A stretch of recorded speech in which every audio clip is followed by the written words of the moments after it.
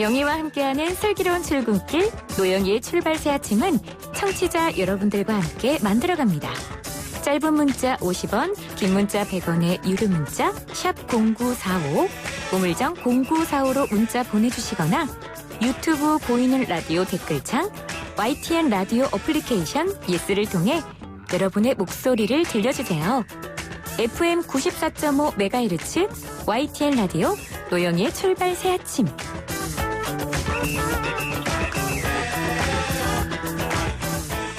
네, 이번 주는 스포츠 팬들이 정말 좋아할 만한 한 주가 되지 않나 싶습니다. 지난 5일 어린이날에는 프로야구가 개막을 했고요. 어버이날인 오늘은 프로축구 K리그가 긴 휴식 끝에 드디어 오늘 개막을 하게 됩니다. 어떤 점이 우리가 정말 좋은 건지, 어떤 점에 주목하면 될지 이야기를 한번 들어보고요. 특히 외국 사람들이 우리나라 이 K리그 개막에 대해서 얼마나 부러워하고 있는지 이런 거 한번 알아보도록 하겠습니다.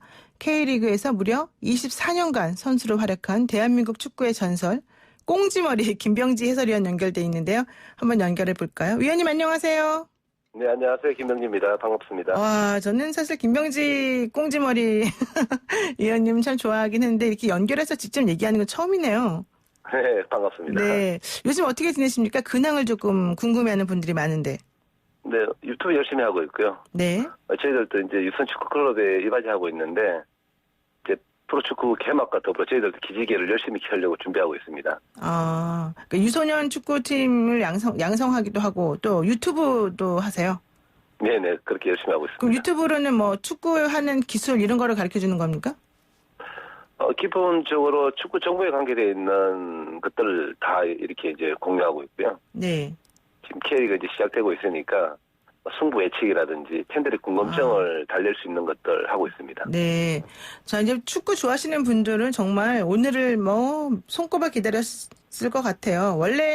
근데 원래 5월 8일 이날 개장하려고 했던 건 아니었죠? 개막하려고 했던 건.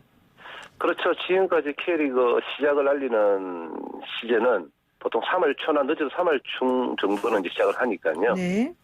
꽤 긴 시간 늦춰졌죠. 그러면은 그동안에 좀 답답했을 것 같아요. 선수들 입장에서. 많이 답답했죠. 보통 그 휴가를 마치고 나면 네. 1월 초부터 이제 준비를 해서 이 리듬을 3월 초로 다 맞추거든요. 네. 좀 빠르게는 ACL을 빨리 나가는 팀들은 2월 초쯤인데 그러고 보면 한 석 달 정도 늦춰졌으니까 많이 지루했겠죠. 그러면 컨디션 조절도 조금 힘들어지겠습니다. 원래 계획했던 시간하고 좀 안 맞게 되죠. 컨디션은 맞출 수밖에 없는 구조로 이렇게 운동은 시켜주는데 어쨌든 선수들은 심리적으로 3월달 초 정도 되면 팬들과 함께 같이 해야 되잖아요. 그렇죠. 그래서 긴장감들이 떨어질 수밖에 없는 건데 컨디션은 그래도 한 90% 정도는 다 유지하고 있을 걸로 보입니다. 그러면 지금 한 2, 3개월 정도 이 경기 자체가 시작이 늦어지게 됐는데 앞으로 그 원래 예정했던 경기 수를 그대로 다 소화합니까? 아니면은 그냥 몇 개 빼고 하고 뭐 이럽니까? 두 달 늦춰진 만큼 이제 경기 수가 빠지는 걸로 정리가 됐고요.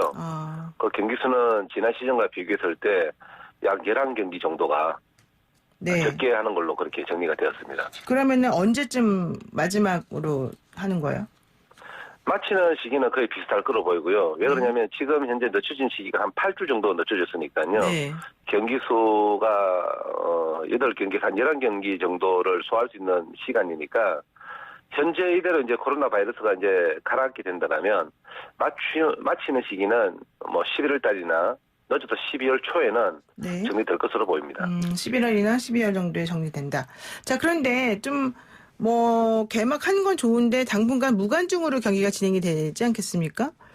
그렇죠. 네, 관중이 없으면 사실 선수들 입장에서는 좀 뛸 맛이 안 난다 이런 얘기 나오던데.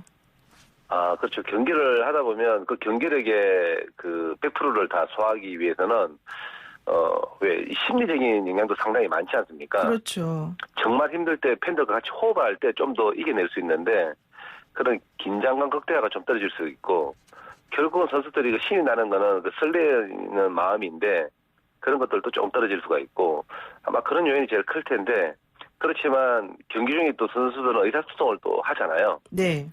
팬들이 없으니까 요거는 또 원활하게 됩니다. 오히려 의사소통은 또 더 조용하니까 이게 잘 될 수 있겠군요. 네.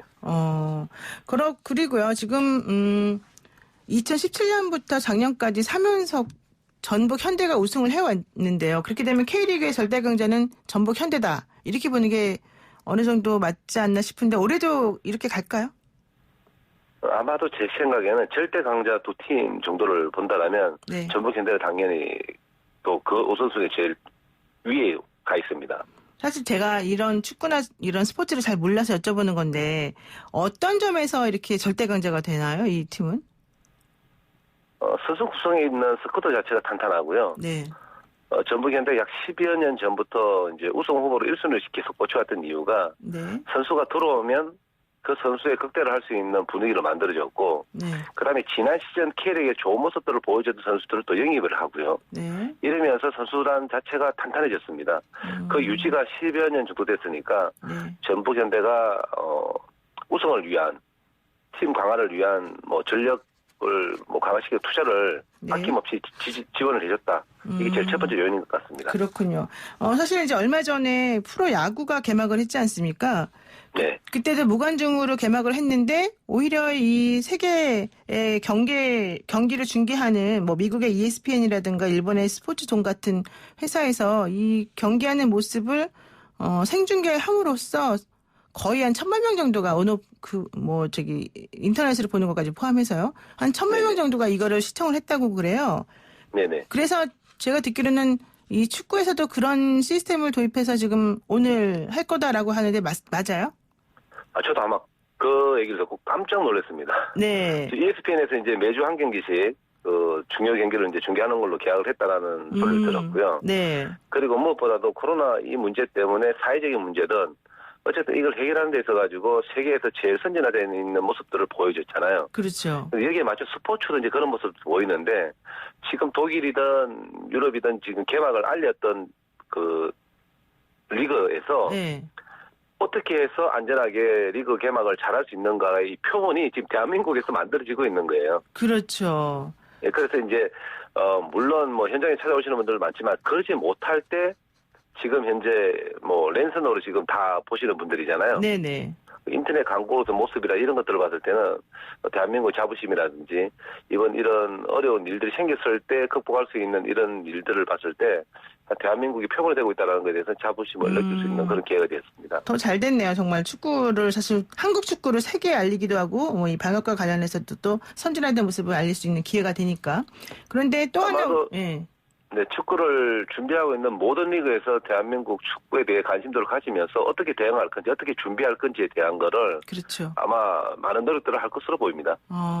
그래서 제가 이제 이 말씀을 드리는 이유 중에 하나가 프로야구가 생중계가 되면서 NC 다이너스에 대한 그 인기가 엄청나게 높아졌다는 거예요. 뭐 노스캐롤라이나 쪽에서. 그러면 네네. 우리나라 지금 이 전북 현대 같은 곳도 사실은 우승을 할 수 있는 절대 강자라고 알려져 있기 때문에 이런 그 생중계를 통해서 우리나라 선수들이나 우리나라 팀들이 해외에 어필할 수 있는 그런 아주 좋은 기회가 되지 않습니까?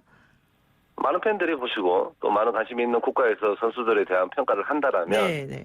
K리그에 대한 관심이 높아지고 있고 그 이유가 이제 손흥민 선수가 또 EPL에서 활약을 하고 있잖아요. 네네. 선수 스카웃에 대한 그런 관심도도 그렇죠. 상당히 높아질 수가 있습니다. 스카우트 역시 그런 쪽으로 생각 많이 하고 계시는군요. 자, 그러면 스카우트 얘기 나왔으니까 여쭤봅니다. 올 시즌 주목할 선수는 누구를 뽑으시겠습니까? 전북 현대의 김보경 선수라든지 네. 울산 현대의 이청용 조현우 선수가 우승할 수 있는 그 양 팀에서의 그 키포인트가 아닐까 이렇게 생각됩니다. 왜요? 그분들은 뭘 잘하나요?